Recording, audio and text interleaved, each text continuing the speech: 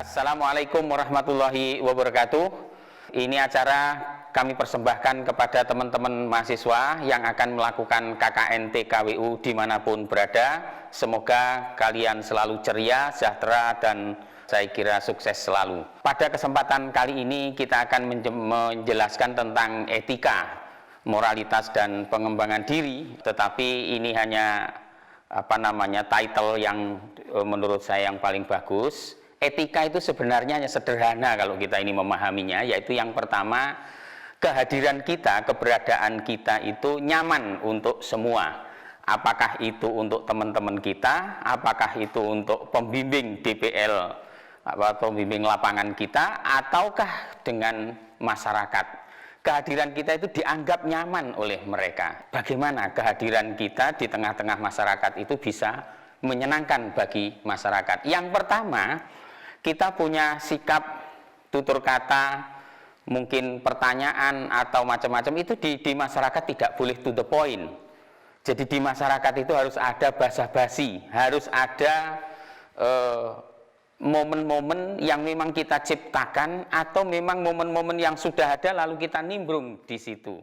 Satu contoh, kalau misalnya ada kerja bakti, satu contoh kita anjang sana, satu contoh kita ketemu dengan individu-individu itu, lalu kita tersenyum, menyapa, menegur, memperkenalkan diri, maka itulah bagian dari etika yang ada di dalam masyarakat. Masyarakat Indonesia, terutama pedesaan, tidak lepas dari keramah tamahan.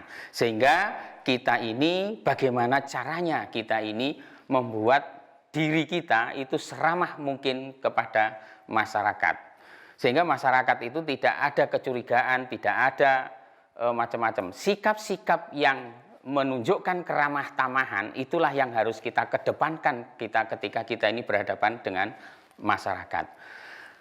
Di lain pihak, kepada masyarakat itu kita juga tidak boleh to the point dalam arti menanyakan misalnya ada masalah apa di desa ini, punya apa, itu tidak boleh. Ya, tidak boleh to the point begitu. Oleh karena itu kita harus bertanya secara tidak langsung, nanti masyarakat itu akan mengungkapkan apa yang akan menjadi masalah di situ. Satu contoh misalnya begini, kita menanyakan kepada masyarakat itu misalnya, Pak, kira-kira sebaiknya menurut Bapak itu desa ini kepingin jadi desa apa misalnya, seperti itu. Lalu kita bisa melihat kenyataannya, bagaimana kenyataannya. Dari harapan yang diungkapkan oleh masyarakat, kemudian harapannya dari masyarakat tadi itu, kemudian kita cross-check, dari harapan dan kenyataan itu adalah ada kesenjangan. Kesenjangan itulah sebenarnya masalah yang bisa kita tangkap. Masalah itu memang diungkap baik langsung maupun tidak langsung oleh masyarakat itu sendiri, dan masyarakat merasa bahwa itu adalah ada masalah. Tapi kalau misalnya saudara yang menganggap itu ada masalah, padahal masyarakat itu menganggap itu tidak masalah, maka inilah awal cikal bakal terjadinya konflik antara mahasiswa yang mau KKN, anak KKN, dan masyarakat itu sendiri. Hal-hal yang di luar program itu bisa jadi kita lakukan dalam bentuk aktivitas atau kegiatan. Satu contoh misalnya ada orang kerja bakti, masyarakat kerja bakti, kita ikut kerja bakti. Ada masyarakat menjemur misalnya hasil panenan, ternyata ada hujan, mereka keburu-buru menyelesaikan mengangkat atau menutupi hasil panen nanti. Itu segera teman-teman mahasiswa segera membantunya. Ada masyarakat yang kira-kira punya anak kecil yang butuh les, butuh macam-macam. Coba dikumpulkan, diajari. Itu tidak ada di program, tetapi itu adalah bagian dari etika kita, bagian dari keramah tamahan kita, bagian dari upaya kita untuk agar supaya masyarakat itu menganggap keberadaan kita itu adalah bermanfaat. Ini yang saya kira itu yang harus kita lakukan. Dan ini kalau saudara lakukan terus-menerus, itu nanti saudara akan dianggap oleh masyarakat bermanfaat, etikanya bagus, komitmennya bagus, moralitasnya bagus. Hal-hal yang sifatnya ada di perkotaan, perilaku yang ada di perkotaan yang itu kira-kira tidak etis di masyarakat itu, maka sebaiknya jangan dilakukan di situ. Sehingga masyarakat merasa bahwa oh ternyata mahasiswa itu memang benar-benar bagus, menjadi panutan, maka nanti anakku akan saya kuliahkan biar seperti mahasiswa yang sudah ada sebagai toladan di masyarakat yang ada. Misalnya satu lagi, mengundang masyarakat. Bisa jadi masyarakat diundang itu tidak bisa hadir, itu juga harus dipahami. Karena apa? Misalnya salah satunya itu bisa jadi masyarakat itu, katakan kalau di pertanian itu kerjanya bisa jadi dari pagi. Bahkan di tempat-tempat tertentu sebelum matahari terbit mereka sudah berangkat ke kebun atau ke sawah. Kemudian pulangnya itu di sore hari. Sehingga kalau kita mengundang masyarakat itu di pagi hari atau siang hari, maka tidak ada yang datang, bahkan yang datang hanya 1-2. Kenapa? Karena mereka pada bekerja, sehingga bisanya adalah malam. Nah, pada saat malam pun itu juga begitu, ada hari-hari tertentu atau malam-malam tertentu mereka punya kegiatan bersama. Bisa jadi itu adalah rembuk desa atau koordinasi atau rapat ataukah aktivitas-aktivitas keagamaan yang kita juga harus tahu itu supaya kehadiran masyarakat itu banyak. Yang kedua berikutnya adalah mengundang masyarakat itu juga seharusnya itu adalah melihat dulu siapa yang harus mengundang itu. Jangan langsung mahasiswa yang mengundang, tetapi bisa jadi tokoh masyarakat, baik tokoh yang formal maupun tokoh yang informal yang mengundang. Karena disitulah sebenarnya tidak terjadi miskomunikasi antara mahasiswa dengan masyarakat. Itu. Belum lagi penggunaan bahasa-bahasa yang ini. Kalau bahasa-bahasa yang kita gunakan itu adalah bahasa-bahasa yang lokal, itu akan lebih terkesan. Walaupun saudara belum bisa atau belum bisa bahasa lokal, maka cobalah mencari bagaimana bahasa-bahasa lokal itu saudara pelajari. Itu karena itu juga bagian dari empati kita dan empati masyarakat. Karena hal-hal yang sifatnya rutin, hal-hal yang sifatnya mereka miliki itu menjadi bagian dari mereka. Mereka menjadi senang. Itu yang pertama adalah prinsipnya satu. Jangan sampai tidak ada mahasiswa yang terlibat di dalam penyusunan atau perencanaan program. Semua harus terlibat. Kemudian yang kedua, jangan sampai ada mahasiswa yang tidak memiliki peran atau tidak berperan. Itu di dalam perencanaan atau di dalam struktur organisasi. Itu harus ada peran masing-masing. Kemudian yang ketiga, itu mahasiswa harus tahu apa yang harus dilakukan di lapangan itu. Jangan sampai tidak ada mahasiswa yang tidak tahu melaksanakan ini. Nah, yang terakhir saya kira ingat, kalau ada konflik, ada apapun, ada miskomunikasi, kesalahpahaman di antara tim atau di antara mahasiswa, maka yang harus kita pikirkan bahwa semua ini dilakukan berdasarkan peran. Aku mengingatkan karena peranku, aku menegur karena peranku, aku melakukan ini karena peranku. Jadi ini tidak ada yang kaitannya dengan pribadi, tidak ada, tetapi itu adalah peranku. Jadi peran-peran itulah yang harus kita kontrol, kita rencanakan, kita kontrol atau kita kendalikan, kemudian harus kita evaluasi. Dalam setiap saat itu harus kita evaluasi. Sehingga sekali lagi, yang harus kita ingat adalah satu. Yang pertama itu adalah kita ini dipertemukan oleh Tuhan, itu adalah ada hikmahnya. Saya yakin tidak mungkin Tuhan itu mempertemukan kita dengan siapapun atau bahasa yang paling ringkas. Tuhan itu tidak menciptakan satu peristiwa pun tanpa ada hikmahnya. Oleh karena itu ada hikmahnya. Oleh karena itu coba dijalin. Kalau mau berkonflik, pikirkan apa untungnya aku ini berkonflik. Kalau toh katakan sampai menuju ke pertengkaran, untuk apa aku ini harus bertengkar?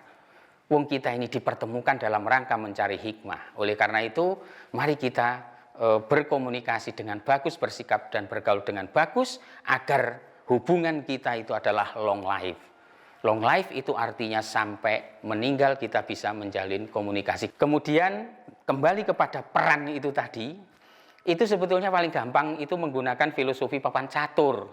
Papan catur itu ya sudah, petaknya itu ya di situ, kotak-kotaknya ya begitu, ada warna yang berbeda cuma 2 warnanya.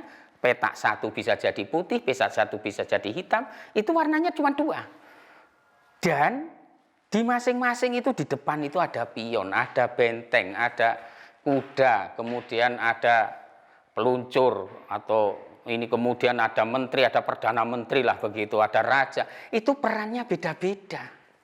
Itu.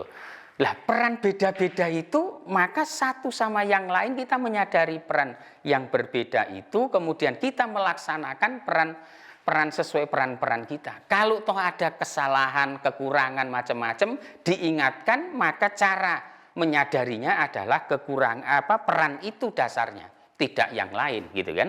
Dasarnya adalah peran itu. Jadi pengendaliannya juga berdasarkan perannya apa. Evaluasinya juga begitu, berdasarkan perannya apa. Sehingga kita itu tahu bahwa kita ini salah.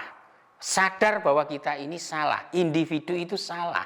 Mahasiswa itu adalah salah misalnya. Itu sadar. Dia itu sesadar-sadarnya karena dia telah memahami perannya itu.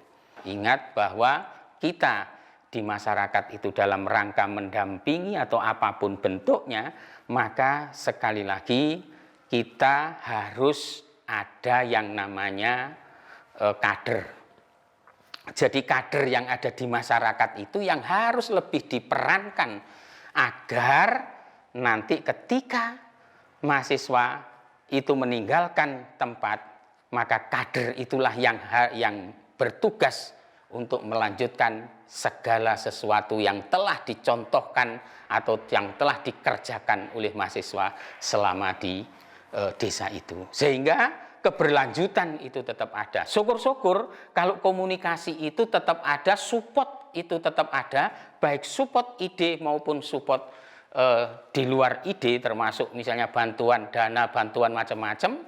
Bahkan kalau misalnya kalian nanti menjadi pejabat macam-macam ternyata bisa membantu di daerah itu, tetap itu dilaksanakan. Itulah sebenarnya orang itu akan bicara mengenang kalian itu adalah orang yang sopan. Sekali lagi, orang yang sopan, orang yang beretika itu adalah orang yang memiliki kesan baik sepanjang hidupnya pada teman-teman, kepada masyarakat, tentu kepada yang lainnya. Ingat ya, yang pertama kita ini jangan mengkritik. Itu. Jadi kita ini jangan mengkritik siapapun. Itu dikritik itu tidak senang, apalagi dikritik di depan orang banyak. Karena itu apa supaya kita ini tidak mudah mengkritik orang, maka kita ini mencoba untuk berpikir apa sebenarnya di balik pemikiran dari teman kita itu. Jangan-jangan ada asas sesuatu yang lebih besar atau lebih brilian itu di balik itu, sehingga muncullah hal-hal yang mungkin bagi saudara itu tidak bagus. Karena itu jangan dikritik. Kalau toh dikritik itu sifatnya bukan mengkritik tapi mengingatkan. Mengingatkan pun itu juga tidak langsung serta-merta dengan terang-terangan di depan teman-teman banyak. Itu bisa jadi bisa personal. Dicoba digali kenapa kok punya pemikiran itu, kenapa kok ini dan seterusnya. Itu jangan dikritik gitu. Nah, yang kedua, kita ini harus bisa menghargai segala ide dari teman-teman kita. Idenya kayak apapun silahkan. Tetapi sekali lagi, ide itu bisa direalisasi, dijadikan program, itu harus berdasarkan kesepakatan teman-teman.